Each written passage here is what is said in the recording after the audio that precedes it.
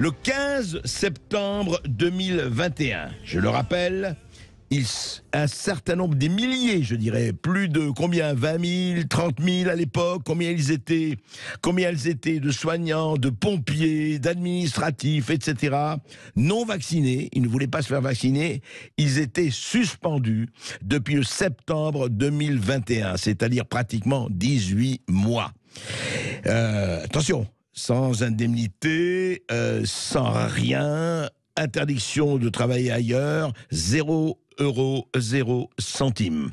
Et voilà que, tout d'un coup, pourquoi aujourd'hui, la France était l'un des derniers pays, sinon le dernier, à ne pas réintégrer ses soignants, et voilà que tout d'un coup, la haute autorité de santé dit, ça y est, mettez fin à l'obligation vaccinale des soignants. Ministre de la Santé, c'était évidemment concerté, c'est très bien, quelques minutes plus tard, dit on va suivre cette recommandation, modalités de mise en œuvre vont faire rapidement l'objet d'un décret. Bonjour Elsa Ruyer. Bonjour. Alors Elsa Ruyer, on vous avait reçu pour votre très très bouleversant livre, Paroles de soignants suspendus chez Guy Daniel, que j'avais recommandé, que je continue de recommander, parce qu'elle parlait effectivement de dizaines de personnes, d'hommes et de femmes, de toutes professions, qui, parce qu'elles avaient refusé le vaccin, avaient été littéralement mises à aller au banc, on peut dire quelque part au banc de la société. Alors, qu'est-ce que ça vous inspire déjà, Elsa Ruyer? Qu'est-ce que ça inspire aux gens, d'ailleurs, que vous avez interviewés, mais vous, évidemment, d'abord. Qu'est-ce que ça vous inspire, le fait que hier, on annonce, ça y est, plus d'obligation vaccinale pour les soignants? Moi, dans un premier temps, ça m'inspire un peu de méfiance. Oh, vous exagérez quand même, tout de suite. Tout de suite, Elsa Ruyer. Au lieu de dire quand même, c'est pas mal, quand même, c'est bien. Oui, mais ça reste du bon sens, un peu tardif, mais du bon sens. Ouais. Après, tant qu'on n'a pas abrogé l'obligation vaccinale, ça reste un problème. Parce que réintégrer est une chose, certes, mais ça suffira pas. Il va falloir d'abord les conditions de réintégration, elles me paraissent légères quand même. Quelle date on va réintégrer ? En quel sens légère, vous dites ? Dans le sens où il va falloir quand même qu'on puisse récupérer nos trimestres, qu'on puisse avoir une compensation financière. Il y a un préjudice qui a été subi qui n'est pas des moindres et il faut en tenir compte. Oui, bien sûr. Et puis,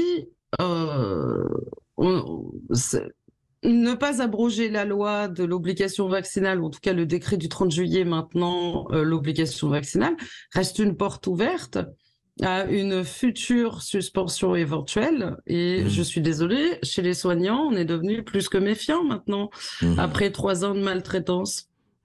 Donc, ça suffit pas pour l'instant.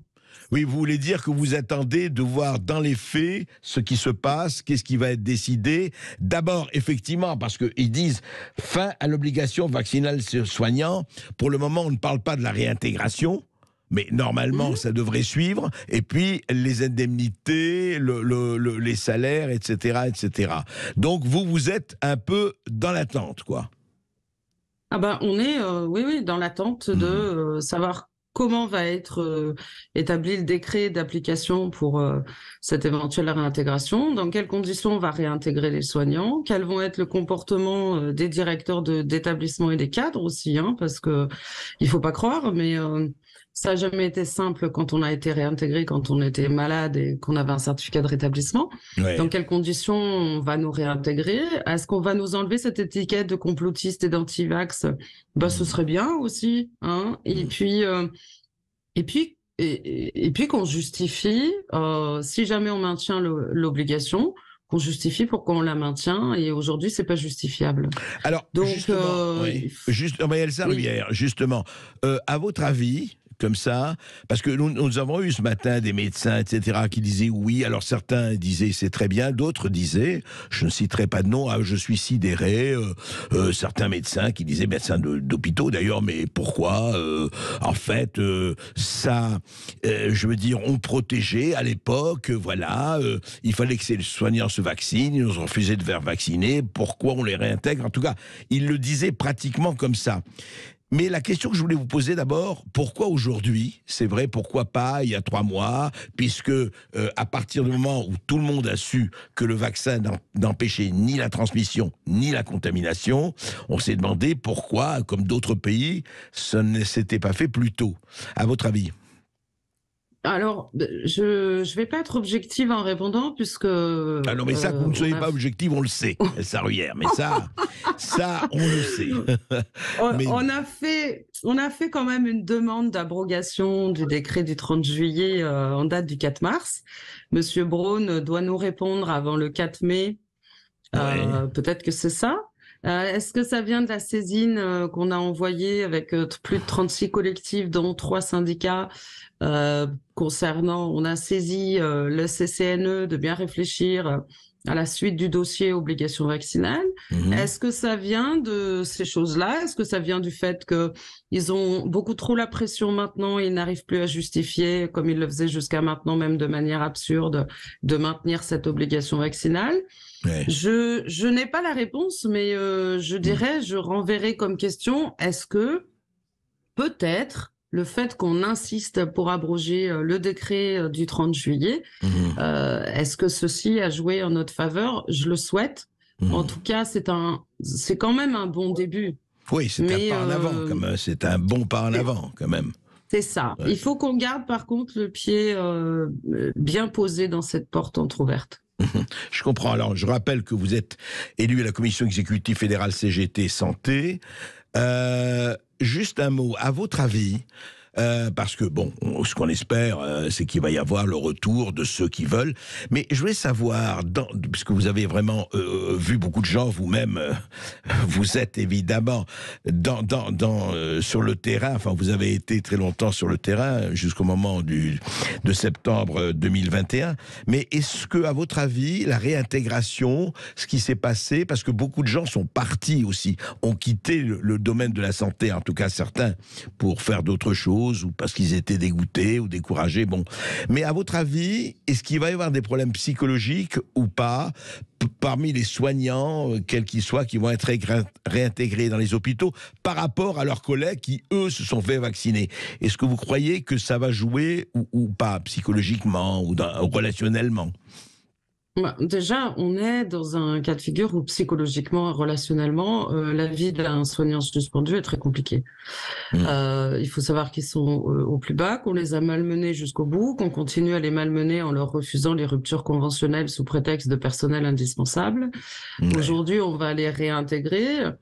L'inquiétude étant dans les établissements, est-ce que la tolérance va avoir sa place? On le souhaite. En tout cas, on le demande en ce qui concerne la réintégration future éventuelle des soignants qui souhaiteront être réintégrés.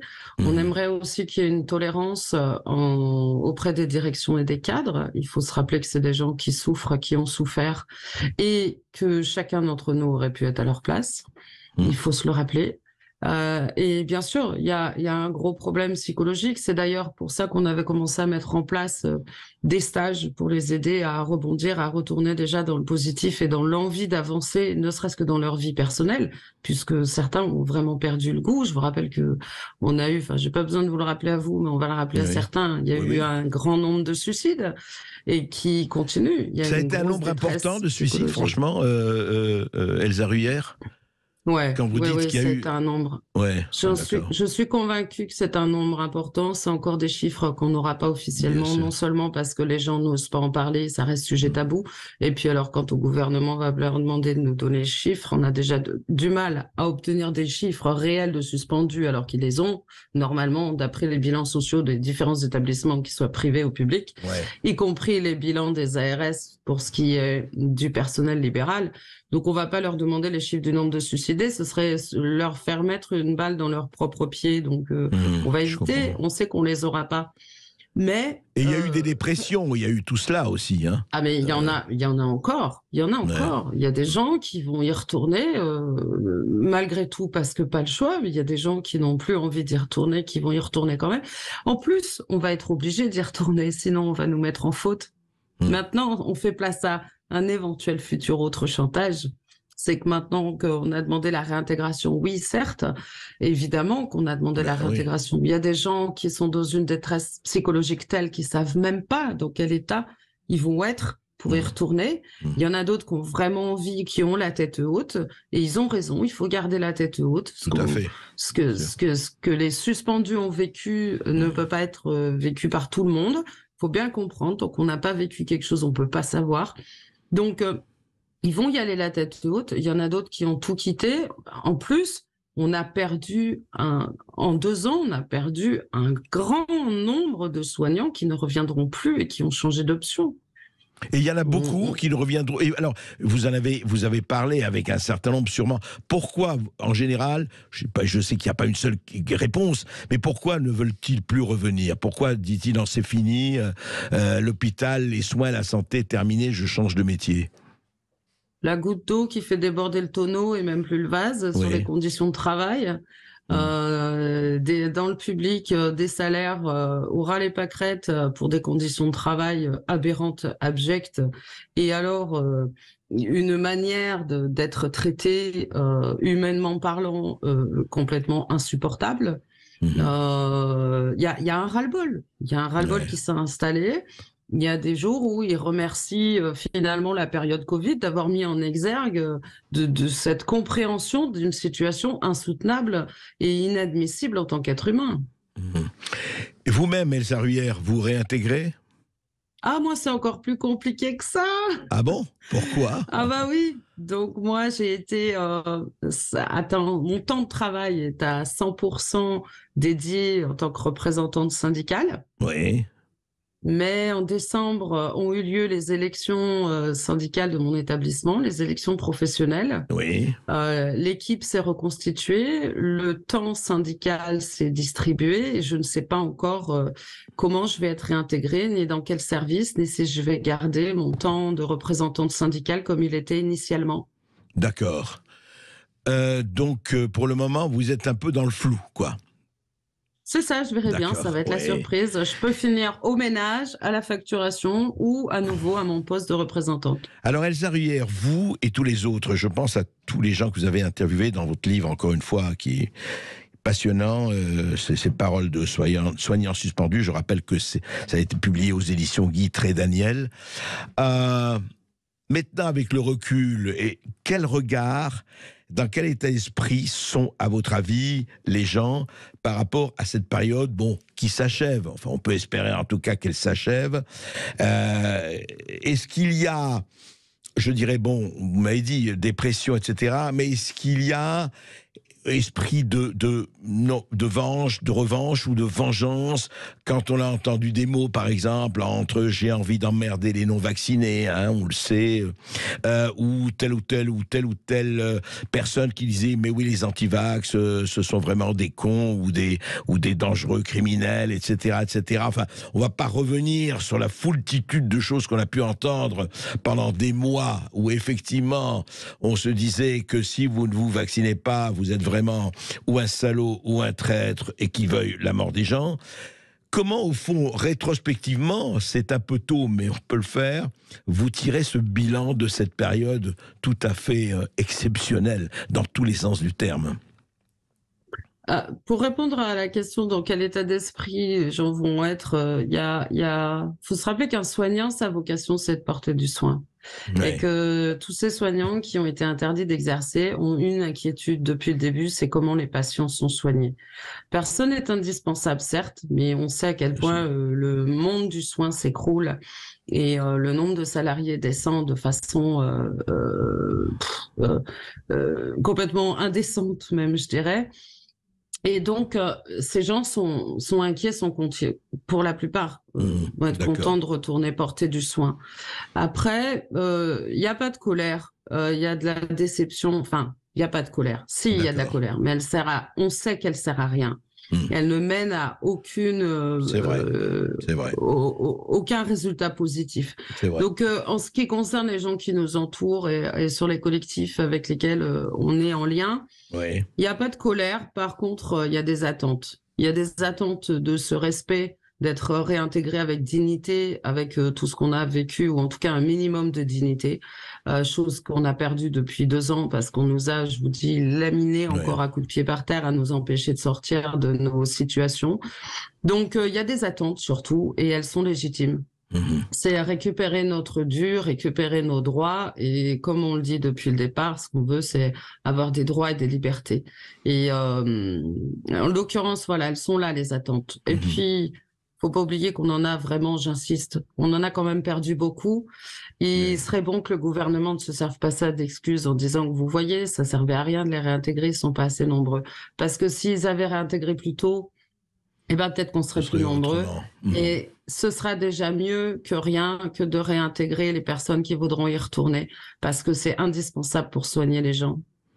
Bah, parce qu'on a besoin de tous les soignants, parce que nous qui sommes tous des patients, qui ont été des patients, qui le seront encore, effectivement, les soignants sont indispensables et c'est vrai que il y a eu beaucoup de choses. Alors donc, Elsa Ruyer, je finis là-dessus. Dans un an, vous ferez un livre, Paroles de soignants réintégrés. Pourquoi pas? Pourquoi pas? Merci Elsa Ruyer.